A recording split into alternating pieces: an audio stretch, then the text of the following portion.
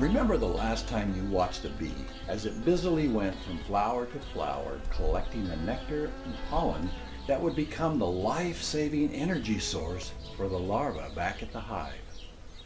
While some bees are happy to collect pollen from many different plants and flowers, others specialize in only collecting from certain species.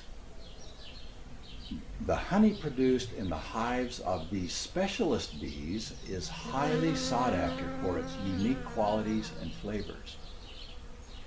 So, when making life choices, we can be like the specialist honeybee, taking the good things offered to us in life and rejecting the rest of that will potentially harm us or our quality of life.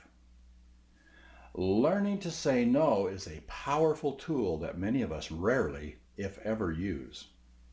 Learning to reject or say no to what will hurt or harm us in the long term is the key to reducing the amount of stress we carry each day and to feeling better about ourselves as well as the choices we make.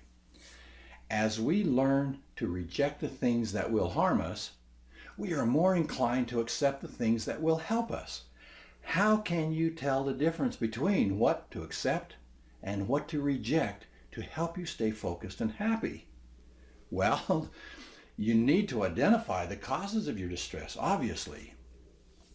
Growing through stress is sometimes not an entirely bad thing, and sometimes we do need to move outside of our comfort zone to achieve progress in our lives.